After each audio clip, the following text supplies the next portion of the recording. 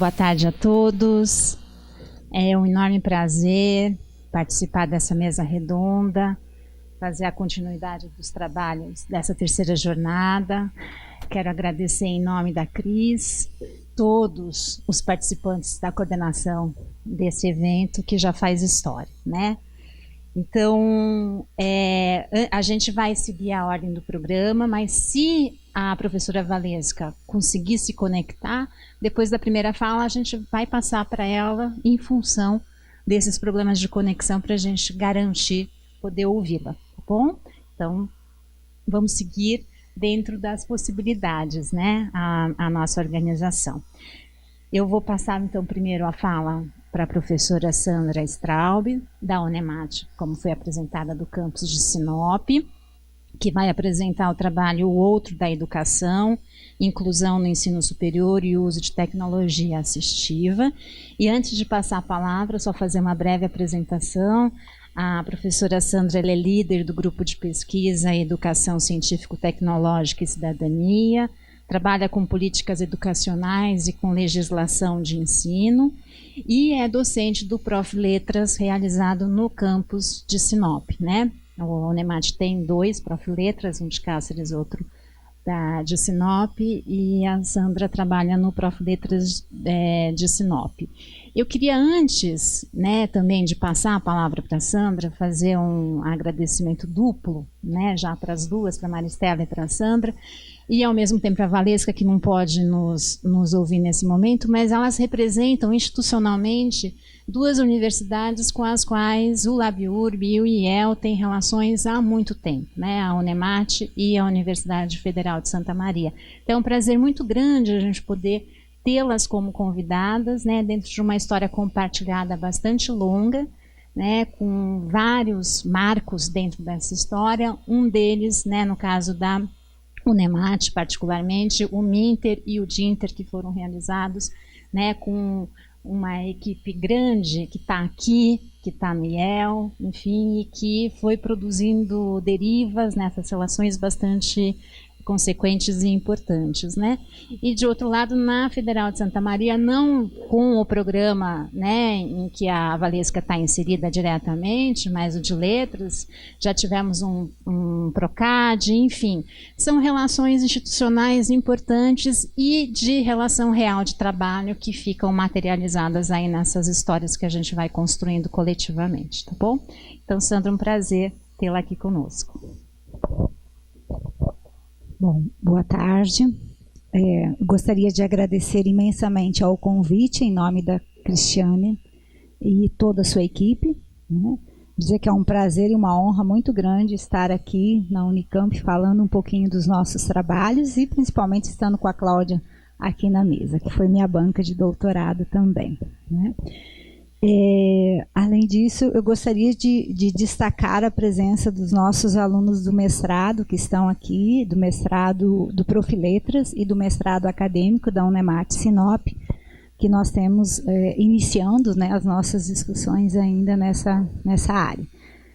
E vou falar do outro da educação a partir de projetos de pesquisa que nós temos na Unemat em Sinop, e que ele se originou a partir de problemáticas que nós tivemos no ensino, ou seja, recebemos alunos com deficiência e a partir daí tínhamos que dar conta desse problema que se colocou para nós enquanto instituição. E também fizemos então os projetos de pesquisa e que consequentemente também tivemos ações de extensão. Então eu vou falar nessa relação. Eu acho que eu vou pegar o teclado. Quer dizer, eu acho que para abrir lá eu vou precisar do mouse.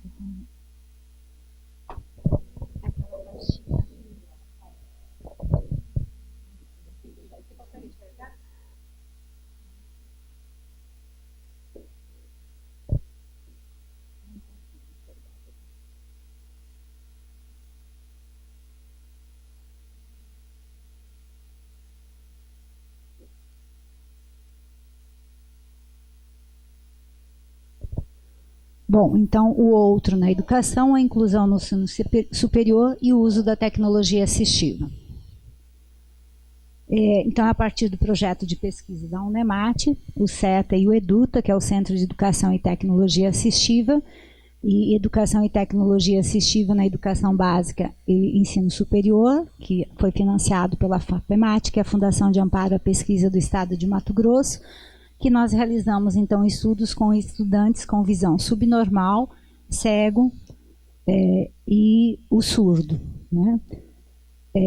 E isso foi na região de Sinop, né, e nós buscamos analisar e discutir, analisar a discursividade desses sujeitos com o uso da tecnologia assistiva no processo de aprendizagem e na relação com a sociedade.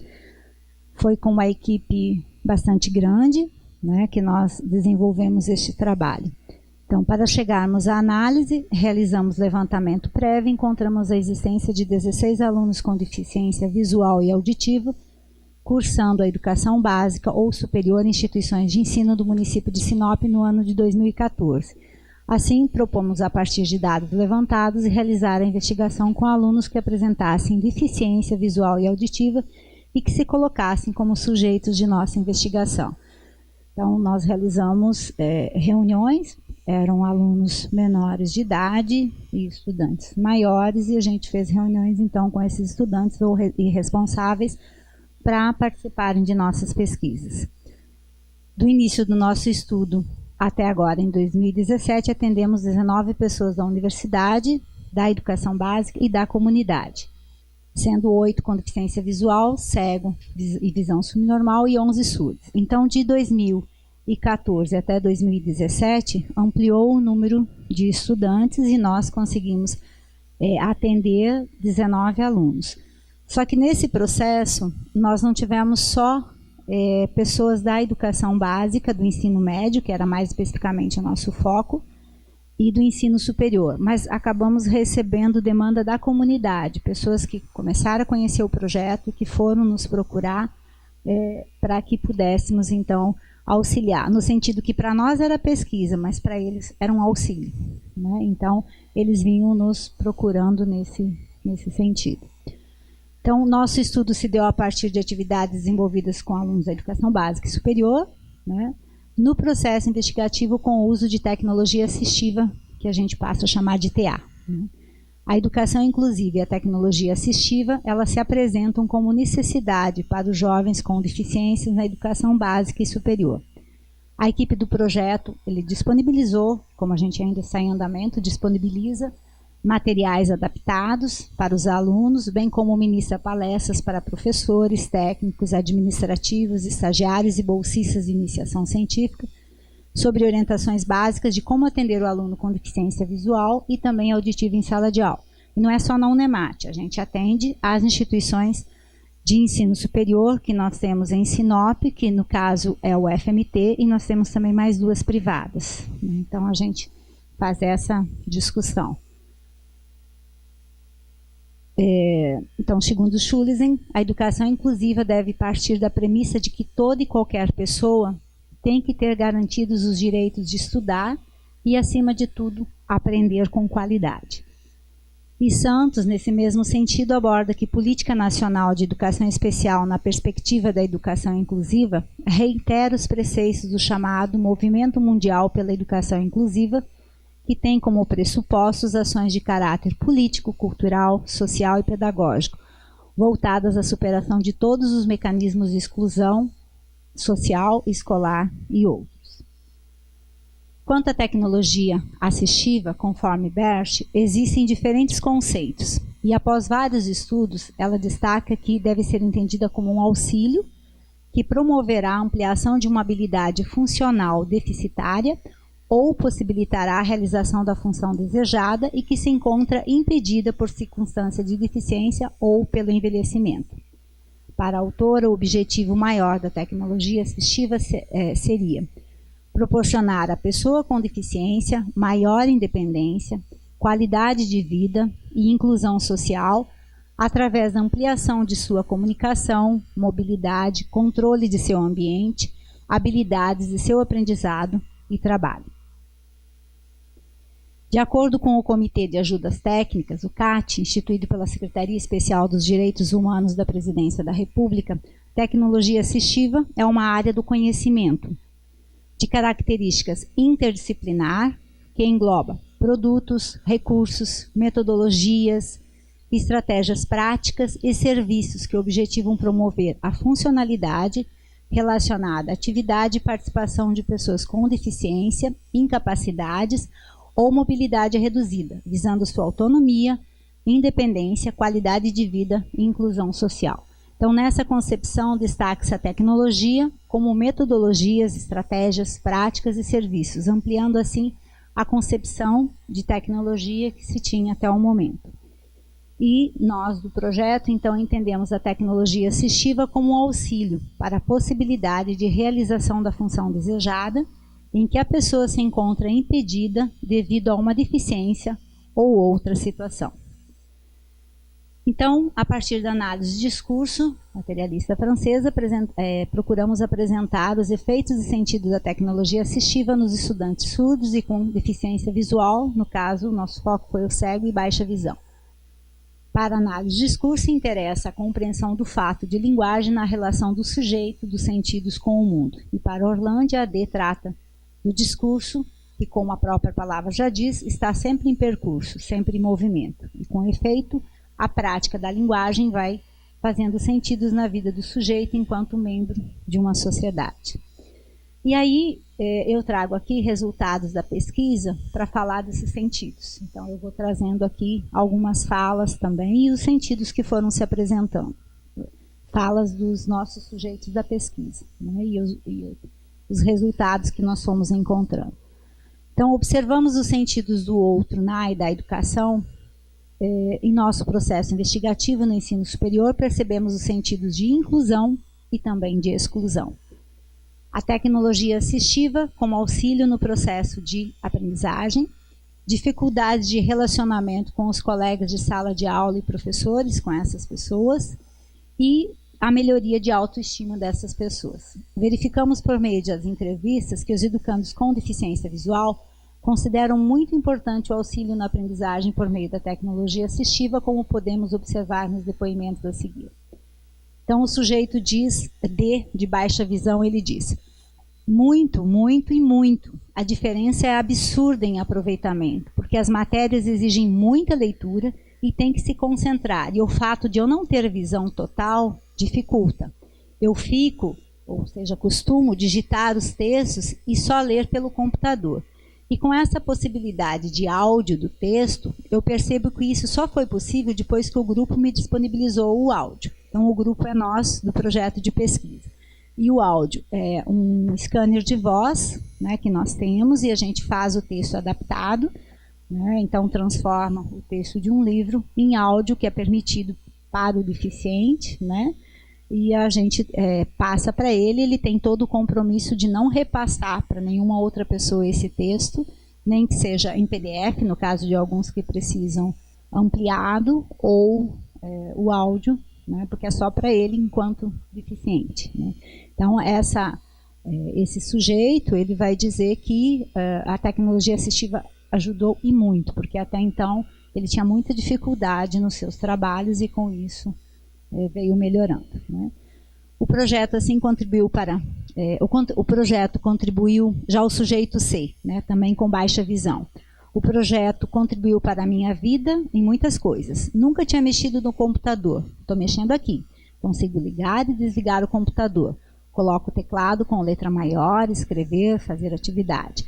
O programa de voz, o problema é a cabeça da gente. Tem muita coisa que a gente que ajuda e muito. Aqui já é um sujeito da educação básica da Escola de Jovens e Adultos. Então, nunca tinha tido contato com o computador. Então, agora que está nesse início e que está auxiliando, porque tem a possibilidade de ampliação, né, da tela e etc. E também a autonomia, né, no desenvolvimento. Percebemos ainda que o acompanhamento da equipe junto à pessoa com deficiência auxilia também na melhoria da autoestima, como, por exemplo, verificaremos na fala do sujeito D sobre o material fornecido para auxiliar as suas atividades acadêmicas. Então, o sujeito D, baixa visão, diz: você quer que eu mande o texto para o projeto? Então, eu existo enquanto deficiente, eu percebo isso. Então, a partir do momento que nós da equipe né, dizia, olha, quando você tem algum problema, precisa de um material, manda para nós.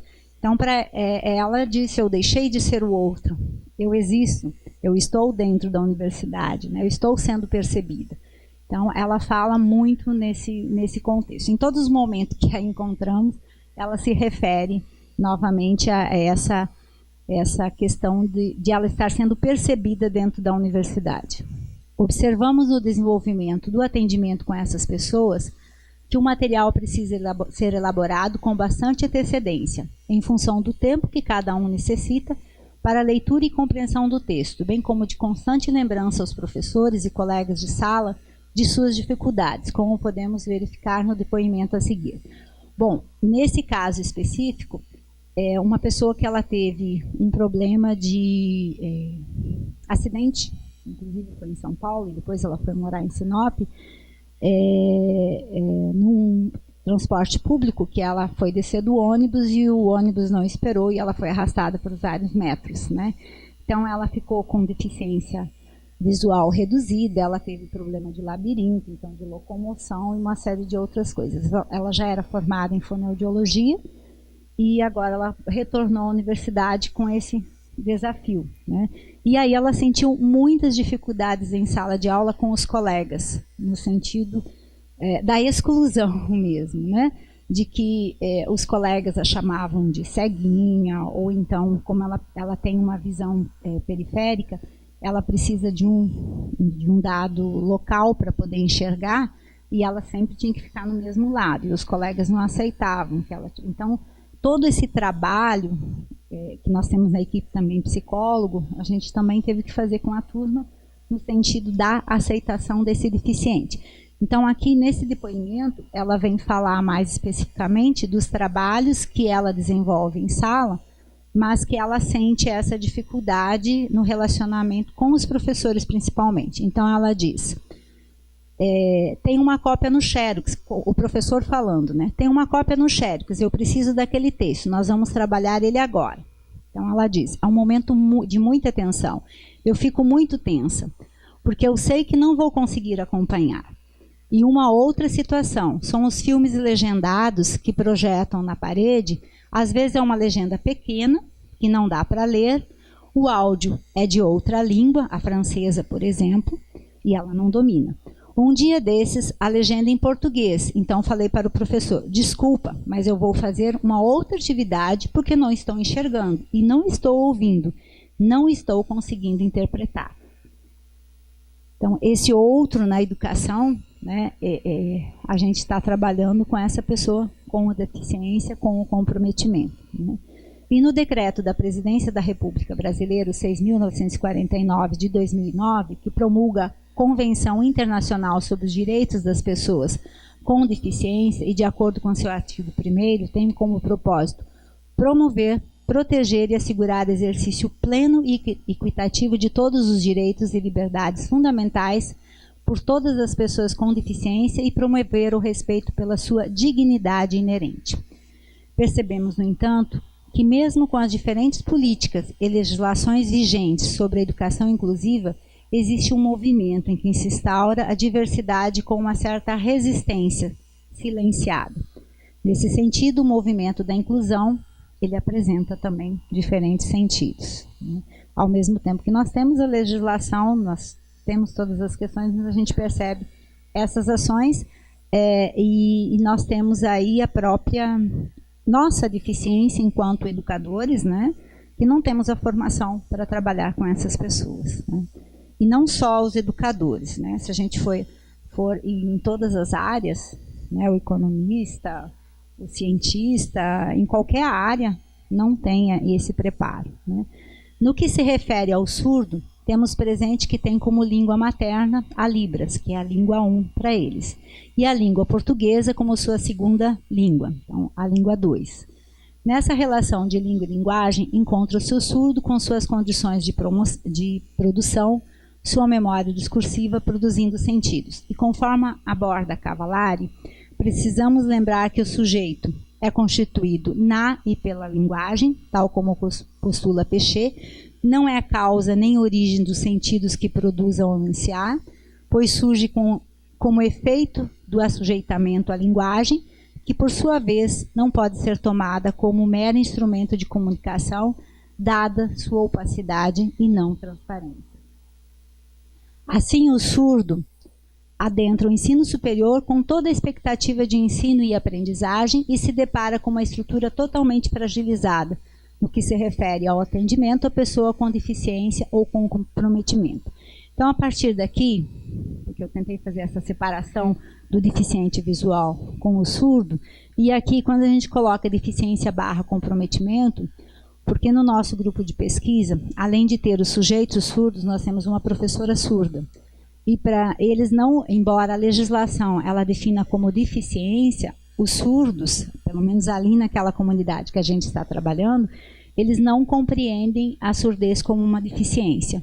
Então, nós conseguimos ir trabalhando e colocamos a terminologia comprometimento, que foi melhor aceita por eles.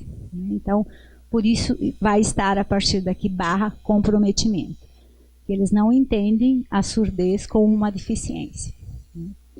Então, a contratação de intérprete ele se apresenta por meios burocráticos, bastante lentos, dificultando que o surdo tenha desde os seus primeiros dias de aula, intérprete em sala de aula, no acompanhamento das atividades diárias e, após isso, depara-se com professores sem preparo ou experiência no desenvolvimento de atividades com pessoas com deficiência, comprometimento e, às vezes, não muito disposto a enfrentar o problema de forma a minimizar a sua falta de preparo para lidar com a situação. Então, nós encontramos professores dispostos, que passaram a fazer o curso de Libras, que passaram a interagir e discutir com esses alunos, e outros que parece que o problema não existe. Que não existe o surdo em sala de aula, que não existe o deficiente em sala de aula. Então, isso, de certa forma, reforça o dizer de Cavallari, quando aponta que a universidade e seus representantes, em função da política educacional inclusiva, acaba por exercer a função de hospedar o diferente sem, de fato, incluí-lo, de modo significativo, tendo em vista que é para os normais e para os profissionais que têm seu saber científico e socialmente legitimado, que é dado o direito e o poder de construir saberes, julgamentos e verdades sobre os que são representados e marcados como anormais e excluídos. Nesse sentido, o processo de construção do saber sobre o excluído acaba por excluí-los dessa construção, pois é tomado como objeto do olhar e do saber do outro, cujo lugar enunciativo tem certo valor e reconhecimento social. No desenvolvimento das atividades com os surdos, nós temos ainda, no caso específico desses nossos estudantes, eles fazem o curso de letras, e o nosso letras é letras em inglês. Então, eles têm a língua 3, que é a língua inglesa. Então, nós tivemos todo um trabalho com o professor da língua inglesa, com a equipe do projeto, com uma intérprete, que faz parte do projeto também. Então, nesse desenvolvimento, com o auxílio da aprendizagem, mesmo com a interpretação e tradução da pesquisadora, evidenciou-se uma maior interação entre o sujeito professor e o sujeito acadêmico surdo, e posteriormente verificou-se melhor desempenho nas avaliações da referida disciplina. Foi possível também observar durante as atividades que as experiências de vida dos estudantes auxiliavam no melhor entendimento dos conceitos e vocabulários dessa nova língua. Inclusive, eles gostam muito do inglês, porque é mais na forma da estrutura da língua da Libras. Né? Então, os alunos acabaram se identificando bem. Verificamos por meio das atividades que os acadêmicos consideram muito importante o auxílio na aprendizagem por meio dos usos materiais visuais, como podemos observar no depoimento do sujeito A, quando aponta que a imagem ajuda a significar, aprender o que o professor de inglês ensina. Então, ela diz: a imagem significa a palavra em inglês que o professor me ensina e entender. Então, o que o professor está explicando, né, ele vai entendendo. E essa é a forma que o surdo falou. Então, por isso está escrito dessa maneira. Tá? Lembramos que todo discurso remete a outro discurso e que as condições de produção são fundamentais para um bom desenvolvimento pedagógico. E nas relações pedagógicas vemos presente, então, as formações imaginárias, que todos nós temos, do professor como o detentor de todo o saber. E vemos aqui um deslize no momento em que se apresenta que o professor não sabe como lidar com a pessoa com deficiência em sala de aula. Em todas as nossas discussões, o professor diz: eu não sei como trabalhar com esse aluno, eu não sei como enfrentar isso, eu não sei. Então, a gente percebe aí esse deslize. Com efeito, podemos dizer que nessa relação da constituição do sujeito surdo e do deficiente visual, temos também a necessidade da formação dos professores sobre a educação inclusiva, que, segundo destaca Galvão Filho, Mantuan e Santos. Todos os sujeitos participantes da pesquisa apontam para a importância da tecnologia em suas vidas escolares e nas atividades rotineiras. No entanto, percebem que é difícil disporem das tecnologias, materiais, equipamentos que nós temos no projeto em tempo integral e individualmente nas suas vidas. O que conseguem é com o uso de aparelhos celular, o smartphone, né, em que os orientamos quanto ao áudio e ampliação do texto, no caso do deficiente visual, e também o uso de aplicativos como o Prodep, por exemplo, para o surdo. Lembramos que todo discurso remete a outro discurso e que todas as condições de produção... desculpe, eu voltei o slide. No desenvolvimento da aprendizagem do educando com deficiência ou comprometimento, há necessidade, então, de formação específica para o professor, o que percebemos que as instituições de ensino que formam e que recebem esses alunos ainda não conseguem perceber a importância da proposta pedagógica da adaptação dos currículos para esses alunos, uma vez que não encontramos em nenhuma proposta do ensino superior isso declarado. Na educação básica nós temos como de forma geral, mas não especificamente em cada escola. Para o desenvolvimento dessa proposta de educação com uso da tecnologia assistiva, contamos com uma equipe multidisciplinar nas áreas de educação especial, tecnologias, linguagem, educação, biblioteconomia e psicologia, da Faculdade de Educação em Linguagem, da Faculdade de Ciências Exatas e Tecnológicas da Unemat Sinop, que por si só já movimenta saberes, sentidos, estudos, pesquisas e ancora laços de discussão que promovem o tripé ensino, pesquisa e extensão, e iniciar um ciclo de discussões sobre a educação e a tecnologia assistiva na região norte mato-grossense. Essas discussões estão contribuindo para o desenvolvimento desses cidadãos com deficiência e comprometimentos em sua relação com a melhoria do processo educacional através da democratização e acessibilidade à qualidade de vida dessas pessoas. Então, o que a gente pode colocar enquanto considerações finais é que muitos desafios se apresentam frente a questões da educação inclusiva no contexto sócio-histórico-cultural brasileiro. O mundo globalizado exigirá e possibilitará cada vez mais que pessoas com deficiências ou comprometimentos possam se constituir como cidadãos críticos e participativos. Para que isso efetivamente se constitua como prática, é necessário, além de possibilitar condições de melhoria de acesso e de estudo, também compreender como esse educando consegue desenvolver-se no locus educacional em que se encontra. E assim os efeitos de sentido evidenciados na discursividade dos sujeitos da pesquisa apontam para a importância da tecnologia assistiva no desenvolvimento da aprendizagem, como também de um olhar contínuo para o desenvolvimento das atividades acadêmicas.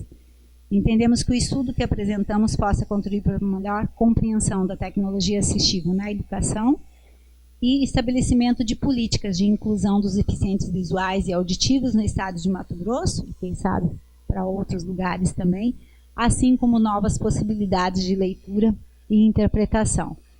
Destacamos ainda como de fundamental importância valorizar, respeitar e compreender as diferenças manifestas por essas pessoas e envidar esforços para que possamos contribuir para a qualidade no processo educacional, social, entre outros aspectos, ou seja, fomentar a reestruturação curricular dos cursos e contribuir para a melhoria da qualidade educacional e de vida das pessoas com deficiência ou comprometimento.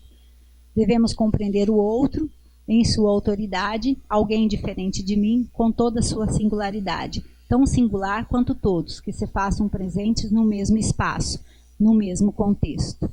Ver o outro com sua singularidade o torna tão igual a mim, garantidas todas as diferenças que nos constituem a todos. Todos somos diferentes, todos temos nossas dificuldades e isso nos aproxima, nos torna iguais. A tecnologia assistiva, por sua vez, permite atenuar essas diferenças, pois possibilita acesso independente do grau de dificuldade que cada pessoa tenha, desde que aprimoradas para esse fim.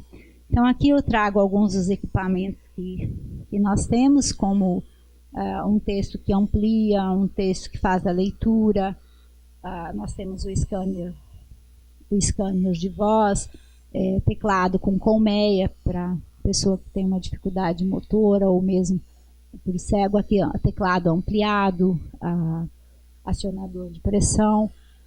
Esse é um aparelhinho portátil que tira uma foto e ele faz a leitura do texto. Uma mesa digital que ele é junto com o computador, então o cego pode passar a mão na figura e ele vai, o computador então vai transmitindo o áudio.